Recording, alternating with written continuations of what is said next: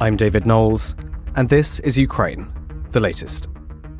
Today, we bring you the latest news from across Ukraine as Rishi Sunak visits Kyiv in a major pledge of more British support. We also speak about Russian force generation efforts, and Francis Dearnley updates us on developments in Ukrainian politics. Bravery takes you through the most unimaginable hardships to finally reward you with victory. If we give President Zelensky the tools, the Ukrainians will finish the job. Slava Ukraini! Nobody's going to break us. We're strong. We're Ukrainians. Every weekday afternoon, we sit down with leading journalists from the Telegraph's London newsroom and our teams reporting on the ground to bring you the latest news and analysis on the war in Ukraine. It's Friday, the 12th of January, 1 year and 322 days since the full-scale invasion began. Today, I'm joined by our associate editor Dominic Nichols and assistant comment editor Francis Dearnley. I started by asking Dom for the latest news from Ukraine. Well, hi David, hi everybody. So the last 24 hours have been primarily, the main action has been down south. 73 Russian strikes against or across Kherson Oblast in the last 24 hours has killed and wounded civilians. This is according to Alexander Prigudin, the regional governor who was speaking earlier on today. Separately, also today, a senior lieutenant of Russia's tank brigade who shot and killed 2 civilians near Kyiv, or the Kyiv Oblast village of Mariah in 2022, was sentenced to life imprisonment in absentia today. This comes from Ukraine's Prosecutor General's office. According to the investigation from that office, 5 Russian soldiers, you may remember this, there was footage at the time, 5 Russian soldiers in a car with the letter V, which is one of their war symbols. Z is most commonly known, but V is also another one. That was painted on the side, as well as the inscription Tank Special Forces Rus. They arrived at a commercial premises near the town, which is 10 k's west of Kyiv, in March 2022. 2 unarmed male civilians, that was the owner and a guard of this commercial premises, approached the soldiers, who at first let them go, and then as the men were walking away, they were shot. After the killing, Russian soldiers reportedly broke into the premises and looted the place. The whole thing was caught on the company's video surveillance cameras, so you may remember it from the time. Anyway, that trial has as I say, sentenced 1 in absentia today. Now, separately, an interesting comment from ISW, Institute for the Study of War. They're looking at the rotation of Russian forces. Of course, you can't keep people forward all the time and expect them to always operate with peak efficiency. So, rotating units out of the line is, or should be, a standard military procedure. It should be done routinely. It should be well planned for. Not seeing that massively, well, not seeing it much at all from the Russian military. However, ISW is saying that they are able to rotate to keep the pace. They're rotating forces such that they're able to maintain the pace of their local offensives across the east of the country in the short term. So a few caveats there, but they are able to rotate some people through. They're citing Ukraine's military intelligence deputy chief, Major General Vadim Skibitsky, a chap I met when we were in Kyiv. He was speaking yesterday. He said Russian forces have 462,000 personnel in Ukraine, and he said that represents the entire land component of the Russian military. He said that most Russian units in Ukraine are manned at between 92 and 95% of their intended strength, and the size of the Russian grouping in Ukraine is allowing Russia to conduct local rotations throughout the country. He said that Russian forces withdraw units that are at or below 50% of their combat. Well, he didn't use the term combat effectiveness, CE, as we would in the British military, but it amounts to the same thing. They go back to the rear, recuperate, replenish, and then come forward again. Now, Dmitry Medvedev, he's been in a rare moment of lucidity. Actually, he's the Russia's Security Council deputy chairperson. Usually can't get through a sentence without threatening nuclear war, but he managed it this time. And he said that the Russian military has successfully replenished Russian forces through Ukraine using crypto mobilization. Apparently, this relies heavily on volunteer recruitment, good luck with that, and the coercive mobilization of convicts and migrants. He said, Medvedev said that had generated over 500,000 new personnel in 2023. So, quantity, but have a think about the quality. So that will allow Russia, this is ISW's assessment again, that allows Russia to maintain their overall tempo of local offensive operations in the east. But, and it's a big but, will they be able to conduct more and bigger rotations in the longer term if they try to do a big push, if Russia tried to do a big push somewhere, or if there was a significant counteroffensive from Ukraine? So lots of questions about the capability of the forces, but they're able to kind of maintain what they've got. But we've seen this. I mean, they are conducting very infantry-heavy assaults across Ukraine. The groupings they're using don't require huge amounts of equipment or training. We've talked about these meat assault units before. They are replenishing units with very poorly trained, combat inexperienced personnel, but they are deemed sufficient by the Russian chain of command. So, yes, they're rotating people through. Yes, they can maintain the small tempo, which is producing local, as in very short term and not great distance results, but nothing particularly significant. Now then, separately, I mean, so their assessment at the moment is that Russia has the initiative through East Ukraine at the moment, in East, but not in the South. They say that in the South, around Kherson, Russian units are actually going backwards. Their units down south are being degraded. Those units that are operating in the vicinity of the Ukrainian bridgehead over the east bank, the left bank of the Dnipro River. Ukraine is said to be inflicting significant losses on Russian forces trying to dislodge that Ukrainian force there. There are indications that this is partly down to the repeated and persistent Russian command and control problems, creating a huge number of casualties. Multiple Russian military bloggers are saying that air defense units and others, but they single out air defense units, are having to wait for permission from superiors to fire on Ukrainian drones, helicopters, all the rest of it, which obviously you've missed the opportunity then. Basically, it's gone and it's done whatever it was going to attack. So the ISW say Russian commanders also repeatedly take several hours to approve artillery strikes and require units to send target coordinates and video or photo confirmation of targets before approving the strikes. Now, all of this indicates, in my view, the continued sort of constipation, really, of this very top-down, rigid, turgid Russian chain of command. If people at the lower levels are not able to use their initiative, and or it indicates a severe reaction to shell and missile and mortar shortages. So if they're having to put permission to fire up all the way up the chain, I mean, it probably speaks of them trying to conserve ammunition. That is sort of, or linked to, I suppose, by today's British Ministry of Defence intelligence update, citing a Russian Milblog community that says Ukrainian FPV drones, so the first-person view drones, the ones that actually they fly and they are steered into the target by the, what do we call them, pilots, drivers, the person with the goggles on, back down the line. They are said to have destroyed 90%, this is according to Russian Milbloggers, so big dose of salt, but destroyed 90% of Russian equipment in the vicinity of Kyiv. That's over on the left bank of the Dnipro. That is a staggering amount of equipment. Seems hard to believe just because it's so high. And always I would suggest treating it with caution. But clearly, Russia is not having any kind of success there. They should have pushed that Ukrainian force back into the river. It's not great ground for Ukraine to hold and operate on and try and expand out of. Now, they've not expanded and they've not pushed very far into the region there, but equally it shouldn't have been an overly complicated military task for Russia to shove them back into the water, and they've not done it. They've been there since November and don't look like they're budging anytime soon. British MOD, just to finish off with, they're saying that one of the reasons for Russia's inability to counter this first-person view drone threat is because Russia is lacking electronic warfare assets, the kind of things that can jam the signal, make the drones fall out of the sky, or make them miss where they're intending to go, or just mess up the whole electromagnetic spectrum in that area. Those kind of things, electronic warfare, prime targets. So if they are ever spotted, you'll find FPV drones going after them, artillery would be fired at them, etc., etc. They are key assets on the battlefield that are targeted first if seen.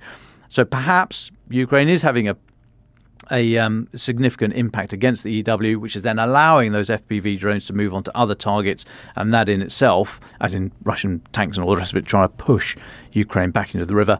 And so perhaps it's all degrading the ability for what Russian units are there to act in a coordinated manner and try and get their stuff in one sock, so to speak. And that's it, David. I'll take a pause there. Well, thank you very much, Dom. It's good to have you back. Francis, you've been looking at a number of different stories. Do you want to draw them all together for us? Well, thanks, David. It's good to be back. Yet another international crisis is drawing the headlines today, namely attacks by American and British forces on 60 targets in Yemen after the Iran-backed Houthi or Islamist organisation carried out missile and drone attacks on shipping in the Red Sea in response to the Gaza war. Now, they vowed to retaliate, but it's too early to say whether this will grow into a broader crisis or whether these actions will have had the deterrent effect that they are clearly intended. We have commented many times on the connections between Iran, Russia and their hostile proxies. So that will be something for us to consider further in the coming days. Evidently, the West is already facing several threats at once, with potentially significant implications for support for Kyiv. Now, on that theme, some reassurance for Ukraine today, though, as the British Prime Minister, Rishi Sunak, is on a surprise visit to Ukraine to meet with President Zelensky after unveiling a £2.5 billion military aid package for Kyiv. Within the past hour, he stepped off the train and made some remarks which Moscow has already responded to, and I'll get to that in a moment. But first of all, what are the pledges? Well, he said that we will stand with Ukraine in its darkest hour, providing those billions across 2024-25. That includes an increase of £200 million from the previous 2 years. We'll be supplying drones, long-range missiles, air defences and artillery shells. And he said the following: for 2 years, Ukraine has fought with great courage to repel a brutal Russian invasion. They are still fighting, unfaltering in their determination to defend their country and defend the principles of freedom and democracy. I am here today with one message: the UK will not falter. We will stand with Ukraine in their darkest hours and in the better times to come. Now, interestingly, he will sign a security agreement as well today, guaranteeing that Britain will provide swift and sustained support from Britain if Russia attempts another invasion. It will also set out the intelligence sharing, cybersecurity, medical and military training that the UK will provide for Ukraine, along with cooperation with British defence industries. This agreement is apparently the result of last year's NATO summit in Vilnius and the first step in developing an unshakable, their words, 100-year partnership between Ukraine and the United Kingdom. So we have there two explicit long-term commitments, evidently designed to show that Ukraine's future trajectory as a Western nation is assured as a result of the invasion. But we'll need to read the small print, as always, as to the exact nature of that military cooperation in particular. Evidently, it is not a commitment to go to war if there were a future invasion, rather to provide military support. That will not be enough in terms of long-term security commitments for Kyiv, which will evidently, as we've discussed many times, need a watertight guarantee from several Western nations to act as a robust enough defence from further invasion. Many say that NATO membership is the only thing that can provide that, but one wonders whether that is absolutely true if similar security guarantees to those in NATO were in place, designed by and signed by several important Western military powers, but not necessarily all of them, which I think will take a long time indeed. And it's a question as to whether Ukraine has that time if this war ends. Now, in terms of the short-term commitments that Sunak is offering, it's noteworthy following Zaluzhny's essay that 200 million of that aid package is, as I say, being spent on providing thousands of drones. Indeed, the British government is saying that it's the largest delivery of drones to Ukraine from any nation. So to quote directly, the technology will give Ukraine cutting-edge, battle-tested capability to defend their citizens and target the invading Russian forces on land and sea. It says now listeners will recall that Zaluzhny spoke of the need for innovative weaponry in order to restore the advantage on the battlefield. And I think this would feed into that. So suffice to say, it will go nowhere near far enough to be decisive, which really will require the backing of Washington. But again, we've talked about that a lot. One wonders whether this is part of a coordinated strategy by Ukrainian allies at this moment to make long-term commitments to Kyiv. Zelensky's Baltic tour is continuing, with Estonia also making pledges alongside Lithuania. And more on all of that once we have collated all of the pledges. Now, I promised to give the very, very latest, which is just in the last few minutes. Sunak has made some more remarks about the importance of supporting Kyiv at this moment. He says, "We are one of Ukraine's most significant supporters when providing military aid. The aid that we've got in place already runs through the early part of this year, so we're acting in advance of that expiring with a new commitment of this £2.5 billion, more than provided in previous years." A very robust response from the Kremlin, saying that Britain is our eternal enemy, and saying, how would the Western public react to the fact that the British delegation came under fire from cluster munitions in the centre of Kyiv, as happened to the civilians of our Belgorod? And one more thing, I hope that our eternal enemies, the arrogant British, understand that the deployment of their official military contingent in Ukraine will mean a declaration of war on our country. So that, I think, is a reference to the conversations around Britain potentially having a military contingent permanently in Ukraine and based in Kyiv. So, not surprising response, always strong words from Moscow, but nonetheless, I think important to get in there. And just turning to other developments, specifically in Ukrainian politics, we know Kyiv is suffering significant issues with recruitment, and Zelensky has indeed demanded that Ukrainians living abroad return to fight against Russia or pay taxes to assist the war effort. So he told a press conference in Tallinn, Estonia, that between 6 to 8 taxpayers are needed to fund every Ukrainian soldier. So to quote him, "If you're working and paying taxes, then you're also defending the state, and we really need this. But if you're of military age and you are abroad and you're not on the front line and you don't need to pay taxes and you've left the country against the law, then there are questions. That's it. If we want to preserve Ukraine, if we want to preserve Europe, then we must all understand. We either help Ukraine or not. We are either the citizens who are in the front or the citizens who must work and pay taxes. There will be no funds for the military, and if there is no money to fund the soldiers, then there will be no soldiers, then there will be no one to defend Ukraine. Such are the rules of life." Now, again, we're going to need to look at the details of this and what it will exactly mean for Ukrainians living abroad. But evidently, there will be some implications. It comes off the back of Ukraine's parliament rejecting a controversial government bill aimed to draft more soldiers into the armed forces. That bill would have seen penalties for draft dodging increased, the call-up age lowered from 27 to 25, and compulsory service cuts from an unlimited period of time to 36 months. But Zelensky's Servant of the People Party has now said that some provisions, we acknowledge, violate human rights. Some are not optimally formulated. We understand the request of the military command and are ready to meet it, but not all the rules can be supported. So the government is expected to rework that bill before reintroducing it to the parliament, and for it to be legally upstanding, given as well, of course, the new challenges it faces from conforming to rules in the European Union, of which, of course, it is now trying to join, although again that's going to be a very long-term prospect. But just mentioning the EU, David, lastly, we're hearing that the EU may well be preparing to bow to some of Viktor Orban's demands to secure that 50 billion support package for Ukraine. The Hungarian Prime Minister vetoed that aid package back in November, listeners will recall, very significant at the time, and in a bid to get him to drop that opposition, the European Commission is apparently open to giving Mr. Orban an opportunity to stop that 4-year deal in 2025. So basically trying to get this one in place by offering him the opportunity to delay things further down the line. But that's coming from the Financial Times. We'll be looking more into that. I'm sure Joe Barnes does also have some thoughts on that when he's next on. Absolutely, and thank you again to Joe for all of his work this week while Francis and Dom were off. I recognise, of course, you guys have been off, so there's a limit to how many updates and stories we can do today. So let's go to our final thoughts then. Francis or Dom, would you like to go first? Why don't you go first, Francis Dearnley? Thanks, David. Well, Dom and I can now reveal where we were the last 3 days. We were at a hostile environment training course where you're forced to undergo all sorts of grim things that you may encounter if you're in combat or other hostile areas. It's all sorts of things, not just war zones.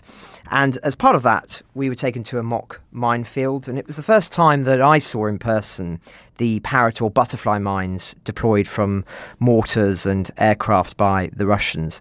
And what was so striking about them is that they fit in the palm of your hand and cost under €10 to produce, which of course we knew, but it's quite a different experience when you're actually holding one in your hand, and they're extremely difficult to spot. It's one of the exercises, and incredibly easy to set off.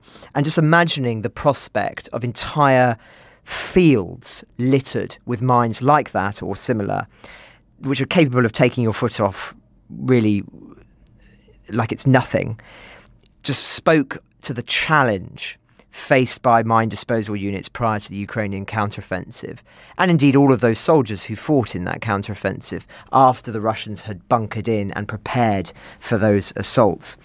We knew that, of course, but it was striking seeing it in person, especially when the instructor shows what you have to do when you're trapped in a minefield, and there really is no easy way out. And you're effectively forced to prod in front of you, brush away any foliage, and you're inching forward. The idea of crossing an entire field that way, it would take you hours and hours. And as I say, it just was something that was reiterated to me, the devastating cost of minefields, and indeed the amount of time that it will take for them to be removed once this war ends. Of course, we're still finding mines and munitions from the First World War every year, and the thought of how many have been laid in the past 2 years, it doesn't bear thinking about. We also, as part of the training, I won't go into too many details, got kidnapped, and Dom was actually asked to shoot me by our captors, and I'm happy to say he declined the opportunity, although there were a few moments of pause, I think, but I'll let him talk a little bit more about the training. Gosh, Francis, that must have been a heavy couple of minutes stretching out as Dom really thought deeply about that. Well, I'm very glad it went well. Dom Nichols, do you want to add anything? Yeah, we won't say too much about the training because it preserves their security as well as ours and others that have done the course. But no, it was a fascinating couple of days, always worth doing. I've been trying to get on the course for years. I kept saying I didn't need to do it because I was in the army. And I said, that's exactly why I need to do it. And it also shows me that you don't understand risk. But anyway, so I was very glad to do that. Medical training is always worth doing and updating on that, but also things about just looking at the world through a different lens. It's fascinating where risk can come from. And you are most likely to be kidnapped where? From your hotel room. Apparently, yeah. So it was very, very interesting course.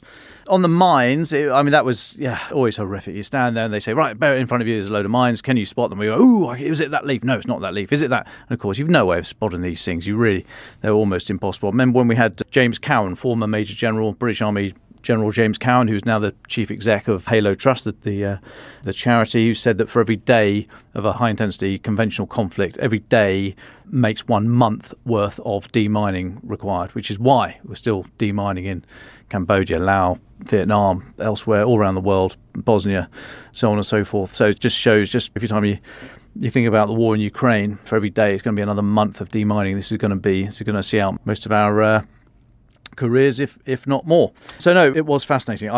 Only time I've ever been in a minefield was in Bosnia when I had a problem with the engine of my helicopter and I had to do an emergency landing into a minefield because that was the only thing underneath me. I had to stick it in and hope for the best. The best happened, and then we managed to get out. But yeah, it does focus the imagination when you're sat in these things waiting for rescue. So fascinating course, and yeah, I hope only the periphery of the training we receive will ever actually have to put into practice. But just to finish off the week, we're now second week of January in. It's all been fairly frantic. Every time you open your inbox, there's another burst of activity, which is why we've put off any ideas about our thoughts for the rest of the year. But David, is it worth now having just a quick chat about the future of our cousins over at Battle Lines, the other sort of defence and international security themed podcast here at the Telegraph? What are your thoughts there, David? Well, thank you so much for asking, Tom. So listeners might be aware we started Battle Lines in October. We brought forward the release of the new podcast after the October attacks on Israel by Hamas, and we focused for the first few months just on that war, that conflict. The point of the podcast, the idea behind the podcast, was to do several things. One is that, obviously, on Ukraine the Latest, we recognise that we have a certain niche of expertise, and journalistic expertise is the right word, really, in terms of defence and security and foreign affairs. So we wanted to basically zoom out slightly and create a podcast where we could look at all of the Telegraph's defence and security journalism under one roof, not just on this podcast, obviously, Ukraine, and also not just Israel, Gaza. So Battle Lines is back in the new year. We do one episode a week looking at a number of different crises, conflicts, issues around the world with our wonderful foreign team and our wonderful defence team. So this week we talk to Natalia Vasilieva, our Middle East correspondent, who updates us on the latest news in Jerusalem. We talk to Sophia Yan, senior foreign correspondent, who speaks about her work uncovering the Chinese state's repression of its citizens by using ethnic Kazakhs. I spoke also to Tom Sharp and Danielle Sheridan, who spoke about the breaking news we heard last night of British and American strikes on the Houthi rebels from in the Red Sea. And finally, one of the most interesting interviews I've done this year so far, I'd say. I spoke to an academic and journalist, Matthew Charles, who writes for the Telegraph about South America. One of his specialities is Ecuador. Ecuador is in a state of emergency. The government has declared a state of internal conflict as the security services battle drug gangs in the streets around the country. A huge moment in South American geopolitics, which has implications on all sorts of things, from the influence of Britain and the US, Argentina, Brazil, and of course the global drugs trade. So Battle Lines will be coming out later today with all of those stories. Do listen to that. You can find it on any podcast app. And of course, you'll hear many of the same voices that you've heard on Ukraine the Latest. Obviously, Natalia Vasilieva used to be our Russia correspondent. Sophia Yan, we often get on to talk about China. So it's lots of the same journalists that you'll be hearing over on Battle Lines as well. But just to re-emphasise and reiterate that the podcast has changed slightly with zooming out from just the Israel-Gaza conflict to look at lots of different things at the same time. And I think in the future we'll be able to bring other friends of this show, Roland Oliphant, Venetia Rainey, when she's back, onto Battle Lines as well. So do listen to that, and do please let us know what you think. We're still tinkering with the format, thinking about how we do it, but we hope it's a good and, above all else, an informative listen. Ukraine the Latest is an original podcast from The Telegraph. To stay on top of all of our Ukraine news, analysis and dispatches from the ground, subscribe to The Telegraph. You can get your first 3 months for just £1 at www.telegraph.co.uk/Ukraine the Latest. Or sign up to Dispatches, our world affairs newsletter which brings stories from our award-winning foreign correspondents straight to your inbox. We also have a Ukraine live blog on our website, where you can follow updates as they come in throughout the day, including insights from regular contributors to this podcast.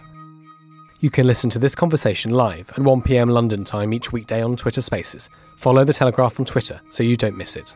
To our listeners on YouTube, please note that due to issues beyond our control, there is sometimes a delay between broadcast and upload. So if you want to hear Ukraine the Latest as soon as it is released, do refer to the podcast apps. If you appreciated this podcast, please consider following Ukraine the Latest on your preferred podcast app. And, if you have a moment, leave a review, as it helps others find the show. You can also get in touch directly to ask questions or give comments by emailing ukrainepod@telegraph.co.uk. We do read every message. And you can contact us directly on Twitter. You can find our Twitter handles in the description for this episode. As ever, we are especially interested to hear where you are listening from around the world. Ukraine the Latest was produced by Giles Gear, and the executive producers are David Knowles and Louisa Wells.